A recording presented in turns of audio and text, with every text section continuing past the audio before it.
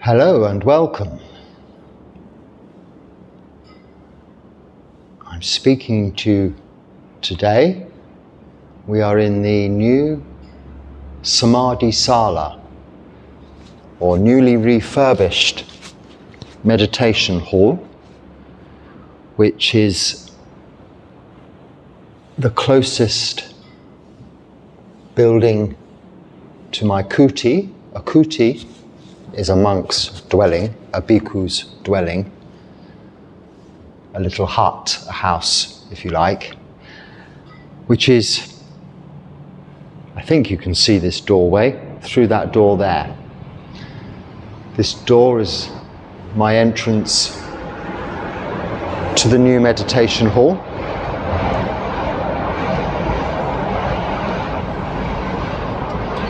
And it is rather of an experimental nature, today's talk.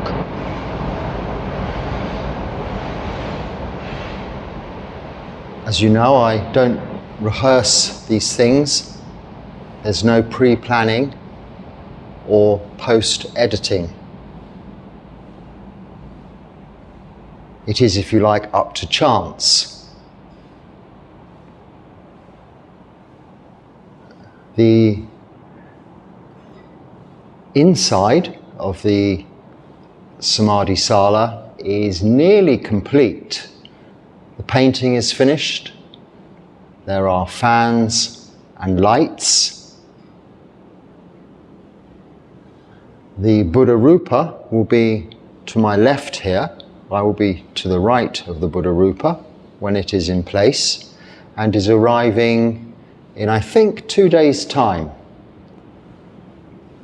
and will occupy most of the space in front of this window, which will be behind the Buddha Rupa, allowing room for a couple of monks either side and along that wall if there were more visiting. But I live here alone in my kuti next door. The external painting of the meditation hall is, I think, nearly complete, and because of the close proximity of my kuti, they're going to paint the outside of that next. So I've moved in here for these talks somewhat prematurely for that reason, to make room for the painter to get on painting the outside of my kuti, and I can get used to this environment for meditation, sitting, reflection, and see how it feels. And so far, so good. The first thing I notice is paint. The fumes. Fumeless paint hasn't got here yet. I think they have extra fumey paint. So, I don't know. Hopefully not intoxicating. I've left the fans on, whirring away on number one of which is right above the camera, so it'll be interesting to check the lighting, the sound, and how this works out. The first thing I noticed when I looked through the window there of the camera phone is I'm now a tiny little monk in a big room, whereas before I kind of looked a little bigger in a smaller room. Perspective we were talking about previously. I'll move the camera around during the course of the next few days, and we'll eventually come to a comfortable place for it to just sit more or less permanently, so that you can join me here as you've been doing, but maybe and hopefully more regularly in the Samadhi Sala for our talks, questions and answers, for Dharma talks. And after the placement of the Buddha Rupa, its establishment this week, once it's in place, morning puja, that is, chanting, a short meditation and blessings, will resume at the normal time of 6 a.m, that is IST, India Standard Time, the time zone here in Sri Lanka, but also at 6 p.m, resuming as we had once before. If you look through the playlist of chanting, the sunrise and sunset puja, both of which you can join me in either live at the time of it going on air or subsequently as they remain. They may hide away on the channel there in playlists under live, but they're all there. I checked to see how I ordered things previously when I was in Ketohali in South India, when I remembered I used to always do morning and evening puja. And I was somewhat astonished actually to see how many there are when you record, when you put these live pujas out there each day when they remain, obviously over a year. That's a lot of videos, isn't it? So there are many there, and I just wanted to see how I did it, and this would have been last Vasa, a year ago, this time 1 year ago. So it's a useful record, and it was actually quite brought back some fond memories of that location and spending my Vasa there with my Samanera assistant, who was from originally Kerala in South India, a novice monk. And I thought, I wonder where he is now and how he's getting on. So yes, we don't plan, we just talk and rely on the causes and conditions we've put in place. So someone asked me about coincidence, and do I believe in coincidence? What are my thoughts on coincidence? So what is coincidence? Well, it is the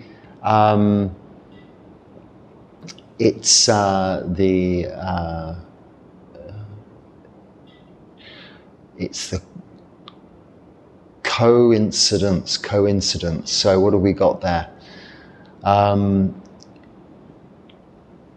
More than one incident in conjunction, so working in conjunction with each other. So seemingly something happening and it being, we say, a coincidence that some other event also happened, either similar or related. And we link the two incidents. Like coexistence, coincidence, coincidence, two incidents linked together. Well, my reply to that question is that it isn't something to be believed in, but to understood, which is often my reply. And the way we understand it is that the two incidents that are seemingly related have come together as a result of causes and conditions we put in place. So it isn't a coincidence that I'm sitting here today in front of you, rather than where I've been sitting for the last 18 months, and up until I'm reliably informed by the main organizer of this refurbishment, the lay person whom is responsible for the land here and part of the family that owns the land here, whom has amazingly coordinated the work here, the paying of the workers, the finding of the workers, and then even more amazingly, somehow conveying my ideas, my instructions, if you like, how I wanted it to finally be to them, despite us having a huge language barrier between us. It's been difficult, but not impossible. It's been challenging, but also experientially educational. It's been practice. It's been putting into practice what we learn sitting, meditating. What do we learn listening to Dharma?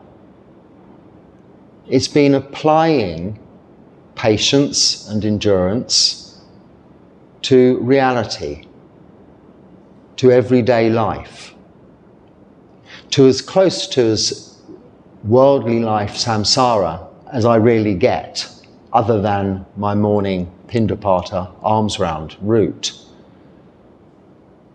I've been dealing with things like what colour something should be, where something should go, how big, how small, in the middle, on the end, up, down, all of these questions, with the added obstacle of a language barrier, and also cultural differences of understanding. So little things seeming a little fussy on my part, like not wanting any wiring to be visible internally, even if it's in conduit. I said, no, there needs to be no wiring. It's quite difficult for people here to really conceive or understand the point of that. You know, wiring's nice. You've got electricity. It's a bonus, yes? The more, the merrier. But that's not my view. I would prefer it if we could just have candles. And now in my kuti, which is another reason I've had to move in here for these talks a little prematurely, I've dispensed with the lighting in there. So as there's, instead of lots of lights, there's now no wiring. It's all cleaned up. There's just one plug socket, one light, one fan, a ceiling fan now, which is quieter and more effective. But I have candles if I need light. It's more as my kutis I've been used to should be, back to the past. But for people here, if they're reading chanting books or wanting to see things going on, and for the purposes of talking to you, you need light, bright light. So now we have that in here, not very bright, but hopefully bright enough. We can use this space for many purposes. It also has the outside veranda there. We can try some talks sitting out there. But my kuti, which is just there, isn't far away, but quite separate, and my space for my own practice. And the manager, as I call him, I don't know that that's appropriate, but he's organized this, he's managed it, and hopefully will continue with his rather imposed upon responsibilities of that. You know, when a light bulb needs replacing, he can help me organize that and these sorts of things. He's also, with his family, organizing the replanting of many trees. People are bringing trees, which is wonderful. Cinnamon trees, temple trees, which are the flowering trees that are often found here in Sri Lanka, that people like to pick the flowers off and offer to Buddha statues, and various trees. And the watering and such like of such, I can water too, but I'm not allowed under the Vinaya rules to water flowering trees or fruit trees, because that could be considered cultivation of some kind. But that's okay. I'm learning to recognize the trees I can water. And it's, again, part of practice, something that is developing overall from the practice and from my living here. And this has all come about, not coincidentally, although many things coming together seem like a coincidence, but as the manager said, in just 50 days. And even with that, there was a 5-day waiting period for the timber, the roof timber, to arrive. Once it was ordered, it had to be cut roughly to size and prepared and selected and then delivered. So there was nearly a week's delay. But in just 50 days, since the 29th of July, just after the beginning of the Vasa, to now, we are some, I think, 20 days away from the end of the Vasa. So in a little over 2 months, it's gone from a derelict building full of debris and hardly any roof remaining to a fully complete, usable meditation hall, Samadhi Sala. So that's quite a feat in itself. And if you've ever been involved in any building projects or even home improvements or even moving house yourselves, you'll know it can be quite an emotionally stressful and difficult time. Tempers can fly. And I'm surprised that that hasn't happened, because especially with the language barrier, albeit only on a couple of occasions, evenings, I've sat down and thought, oh dear, what have I done? Why did I make this determination? It's not been that bad at all. It's been an enjoyable experience to see. I've shared, hopefully, as many as I can, little photographs in the posts section on this channel of its development, of its ongoing development as things have progressed, which are also very interesting to look back through. And you can see how much work has been done in the view of little available conversation, that language barrier. I think we can see it isn't a coincidence that there was very little by way of stress and tempers flying. One can put it down directly to circumstances, or more importantly, causes and conditions, that of, in fact, in this case and uniquely, ignorance of the language.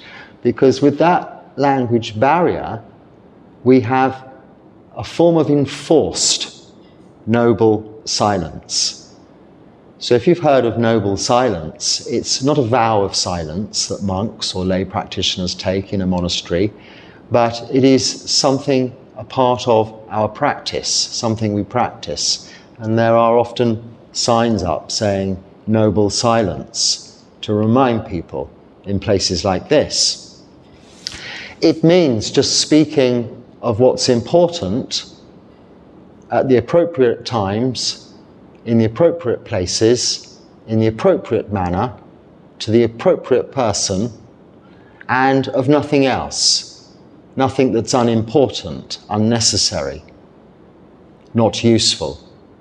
And with a language barrier, you're only really able and really willing to do that.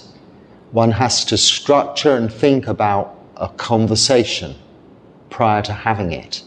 In other words, exercise extreme mindfulness over how you convey your ideas, how you convey instructions.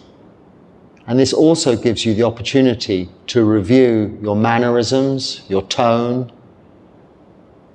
mine of which I am guilty of on many occasions, not adopting the correct, let's say, or consideration and tone about the way I convey things.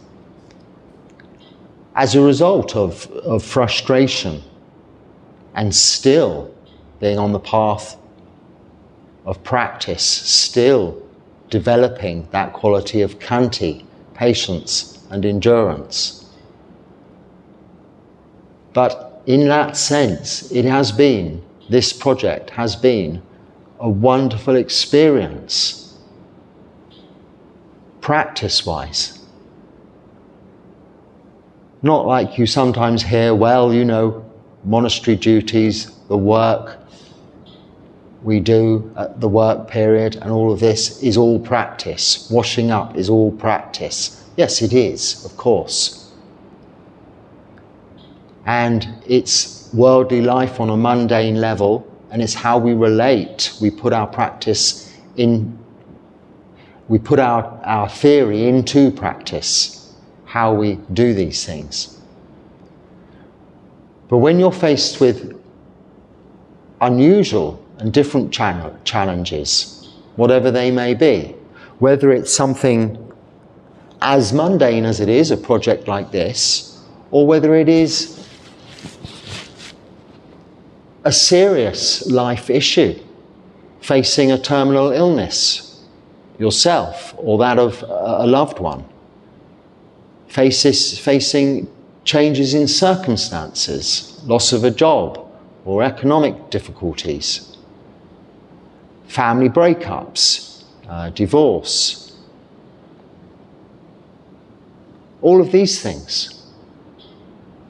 As a result of the practice, the causes and conditions we put in place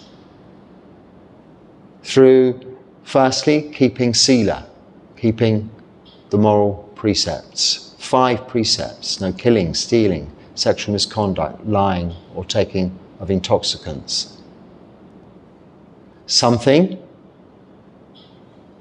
I would like you to be able to join me in doing by way of reflection and reminding ourselves of those precepts on a relatively regular basis. I'm thinking probably the Uposatha days, when we will perform that little ceremony, Tisarana Panchasila, where we will, in front of the Buddha Rupa here, whether present or online, take refuge in the Buddha, the Dharma and the Sangha, and then make the determination to keep the precepts, the 5 precepts. This little ceremony is called Tisarana, that's the triple refuge. Panchasila, the 5 precepts.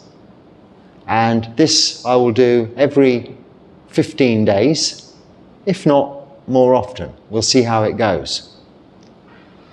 If there's no one present, I will repeat the words or say the words on the monk's part, leaving a gap for you to repeat in your mind or to yourself quietly at home, as people do if they're present here, the response, which is just a reply, a repeat of those statements. The affirmation, the determination to refrain from killing, stealing, sexual misconduct, lying, and taking of intoxicants. And then, of course, there comes samadhi, meditation. The purpose of Samadhi Sala here, this meditation hall, our practice, all leading to the development of wisdom, panya. Sila, Samadhi, Panya, the categories, the 3 chunks, categories of the Noble Eightfold Path, is our practice and the establishment of the causes and conditions that we're putting in place for any incidents in the future that may arise. Anything that happens in the future is based on the causes and conditions we're putting in place in the present moment, here and now. Whether directly or indirectly, even if events out of your control, of course, which everything is, especially with regards to the thinking brain and the physical body, come along, such as the diagnosis of a terminal illness. This isn't necessarily as a result of your causes and conditions you've put in place directly within this lifetime, But how you deal with that life-changing event is going to be as a result of the causes and conditions you are putting in place right here and now, or have been doing with regards to your practice to date. So as you see, whether directly or indirectly, it is our practice which is the forerunner, our mental development of wisdom, panya, coming from sila and samadhi, moral virtue and meditation. The development of wholesome mind states and the reduction of unwholesome mind states that lead to the qualities we're looking to develop in ourselves. Now, I see my main job in life as a bhikkhu as not a promoter of religion, not an activist of any kind, but simply to bring as much happiness as I can to other beings and those I meet, and to live as harmlessly as possible.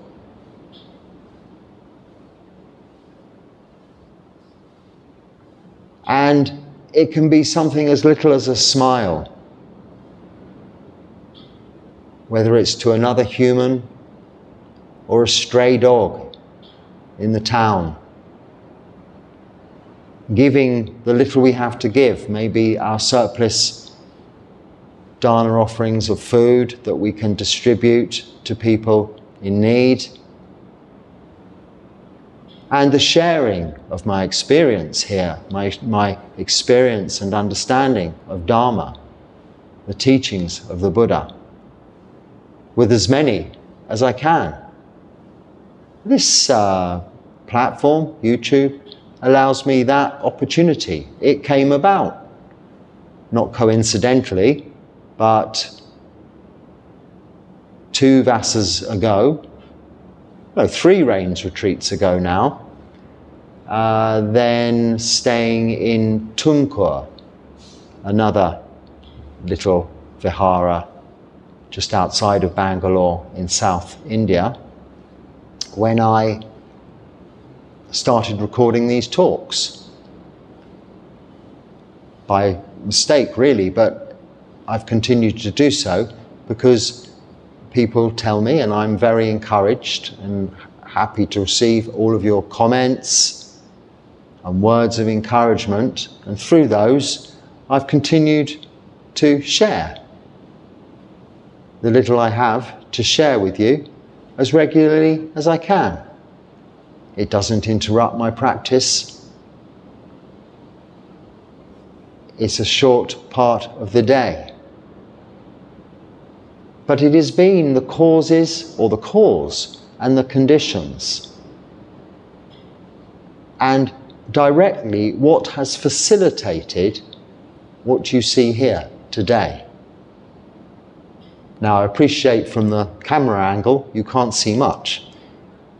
And once complete, I will try, if I can't persuade someone else to do it, which could be difficult with the language barrier and the way they might want to do it, but I'll probably do it myself. I will pick the phone up and give you a nice guided tour of the new meditation hall, Samadhi Sala, and the immediate vicinity around it, so you can get a real perspective of my living quarters, my kuti, its relationship to this building and the surrounding environment, and its proximity to the village, the beach, and also the secluded and peaceful and quiet nature of the environment here. I think at the beginning of this recording, you could probably still hear the train. You will. We've not moved far. We're only a couple of meters from my kuti. But I don't notice that so much now. In fact, today, because I'm aware of the sound difference in here, was the first time I've noticed it in a while. So, yes, external painting nearly complete when they've finished the kuti.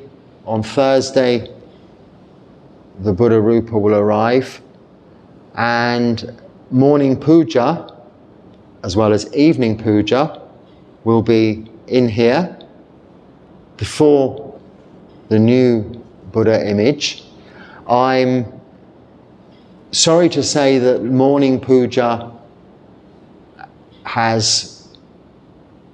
it still goes on, but I'm not putting that out live at the moment because that is still at my shrine in my kuti, which is dark, just candlelight. And to some extent, with all that's going on around, I'd rather just concentrate on my practice in the morning, my own puja and going on pindapata, than fiddling about with the camera and things. Previously, it was set up so that I didn't have to do anything. I carried on as normal and pushed the button. But it will be the same once the Buddha is established in here, and will resume, I think, by Friday of this week, if that makes any sense. I'm not even sure of the day of the week myself right now, but I've got in mind Thursday Buddha coming in the morning. Friday will be the first morning puja, and then I'm thinking Friday evening might be a little bit of a Buddha Rupa establishment ceremony. I don't know. If there are people present, it mightn't necessarily be online, unless I can somehow convey to them that is what I'm doing and get their permission for that to be okay. I'm sure you'll understand that. And it will be in the future possible to have any events going on here live online and also recorded.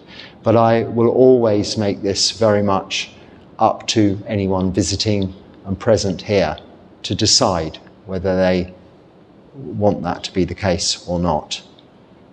So I'm very careful whenever making these videos that no one accidentally, without their permission, gets filmed in the background, because although that seems to be the norm these days, this is a place of practice first and foremost, and therefore a safe place where people don't have to care what they look like.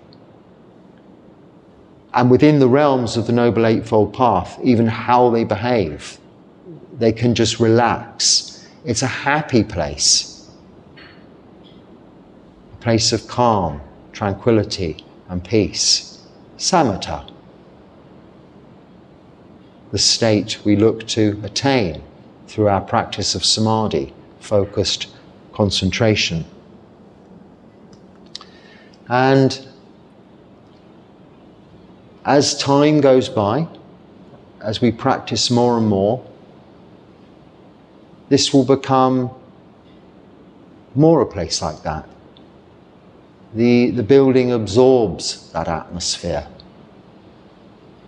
If you put in the work, the causes and conditions, the results, so the causes, the actions, karma, the actions are the causes and conditions, paccaya in Pali, which are, I don't know whether you can see, but Spotty Dotty, one of the cats, has just come in, so they're finding their way around in here also. Paccaya, causes and conditions, as a result of our actions, karma, bears fruit, has results, vipaka. Karma vipaka is the results of our actions. And it is our practice, so we'll take precepts in here. And we'll meditate in here, that will make this a happy place. Like I said, my job as a bhikkhu is to make people happy. No more, no less. That is quite a feat. If not through entertainment, not through distraction, not through jokes, but through sharing my understanding of the Dharma, the words of the Buddha, the teachings of the Buddha, which gives us the tools, the wherewithal, the ability to reduce our suffering gradually, reduce the cause of that suffering gradually, to bring about contentment, which results in happiness. That is what I have to share. Living a simple life in my kuti is as much for my own benefit, as much as it is for my own benefit, it is by that example for the benefit of others, to show how someone in their late 50s who's lived a relative life of luxury previously can live, well, much more happily, but as happily and as a contented life as I did before, with very little. Eating just once a day, sleeping on a concrete floor, just having one light, one plug, one fan. That's a luxury, really.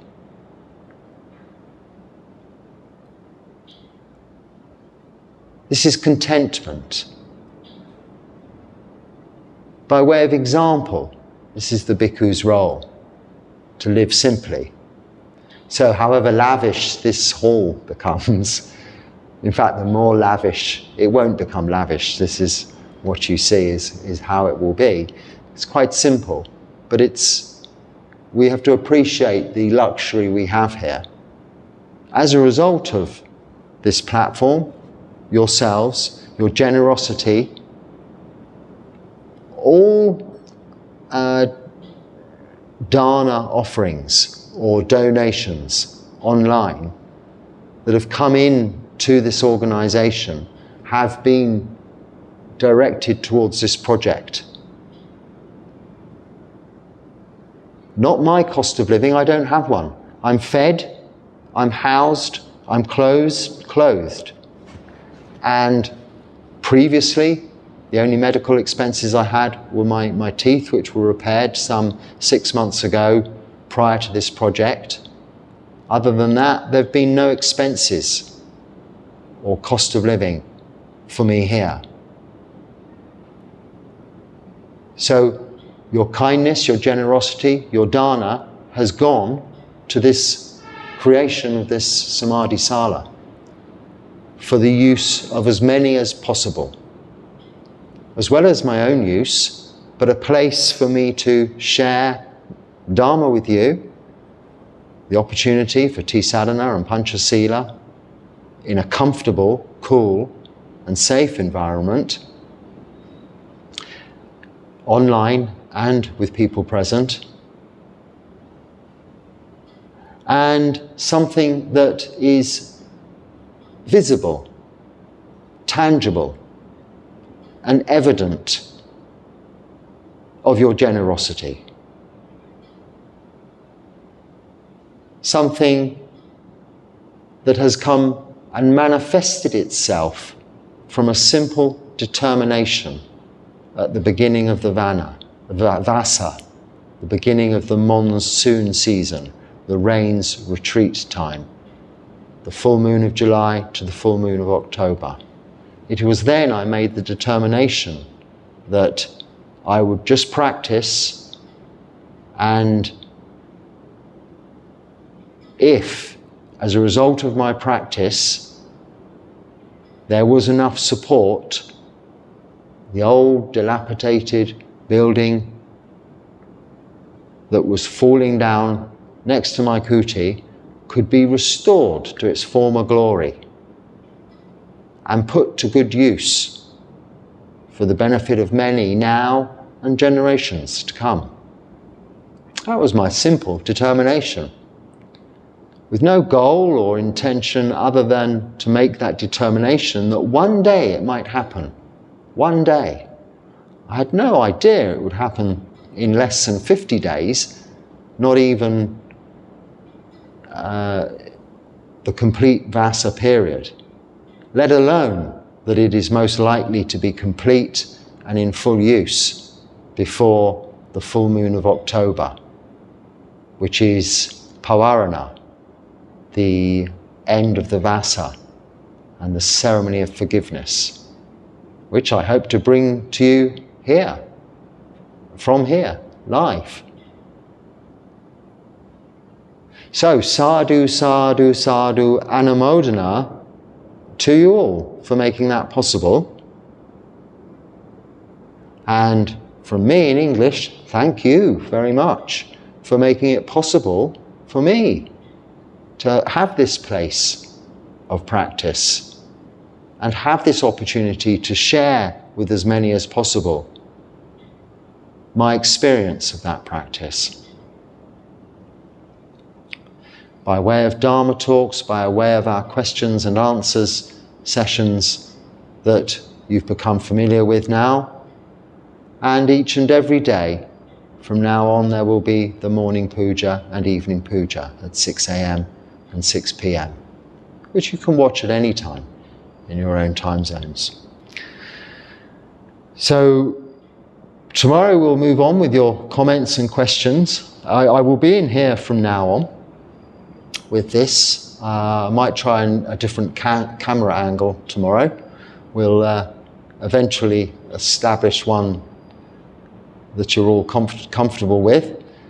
And I would very much appreciate any comments you have, positive or negative, with regards to the quality of, I don't know, whatever it is, the picture, the sound, positioning, anything you think might help that can be improved for your own comfort and benefit of listening, viewing, in order that we can get it as close to right as possible. After all, it's your channel, it's not mine. It's your meditation hall, Samadhi Sala, it's not mine. I don't own or have anything. I just contribute what I can to what is communally owned, or let's say supported by the growing community of Buddhist practitioners, both locally and from far afield, worldwide. So this is the nature of Buddhism, sharing and caring, and this practice of developing metta, loving kindness, karuna, compassion, mudita, joy, can be seen in material form by the very nature of this structure here that is now accommodating these talks. And that final Brahma Vihara, equanimity, upekkha, a factor, one of the 7 factors of enlightenment, is that which has made this possible through my own practice, developing patience, developing equanimity. There's a long way to go with that. There always is.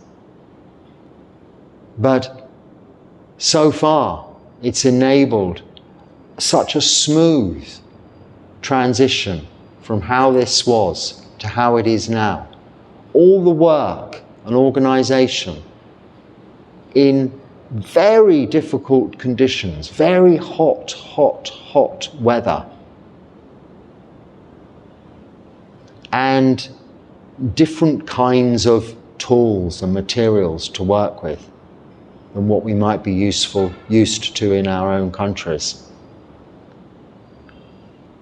The language barrier, with all that, no tempers have flied, no emotions have got, nothing's gone wrong in that respect. It's gone smoothly.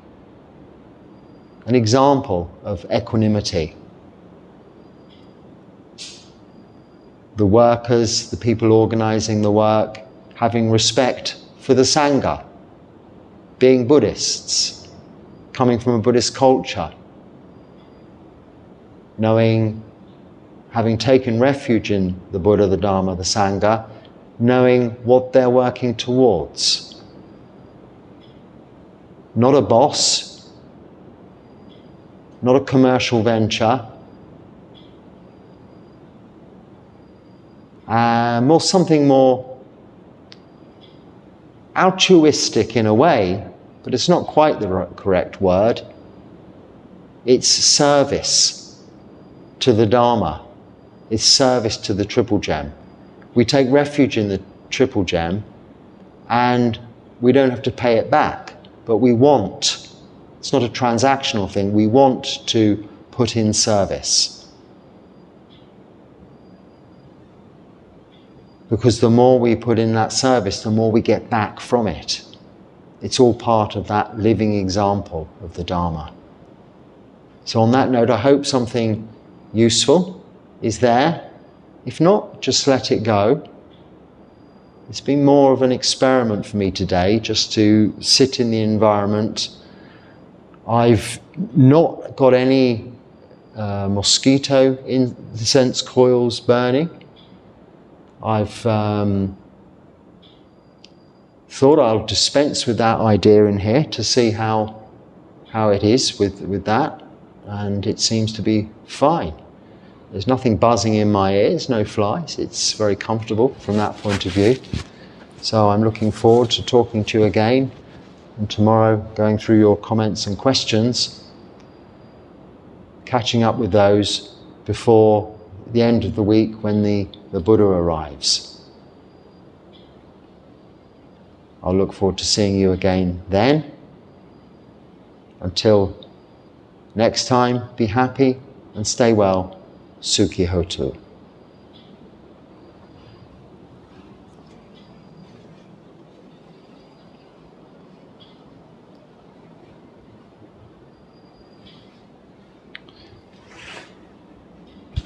I'm just getting used to getting on and off of this. This is called a asana in the Pali, which is a platform, a seat. And we have a raised platform, or seat if you like, for the Buddha Rupa to be placed. And if you're sitting on a chair when you're here, as you are, as the camera is, we're all at the similar level. No one's sort of, if you want to sit on the floor, I'm sitting on the floor. People can sit on the floor. It's been quite a difficult thing to explain. It even is now in English. But I think you understand now. Sometimes it's easier to show, which isn't always practical, but showing by example is much what the practice is. It's probably not correct for me to have continued talking after the end of this, but it's a relaxed and informal session today, as usual.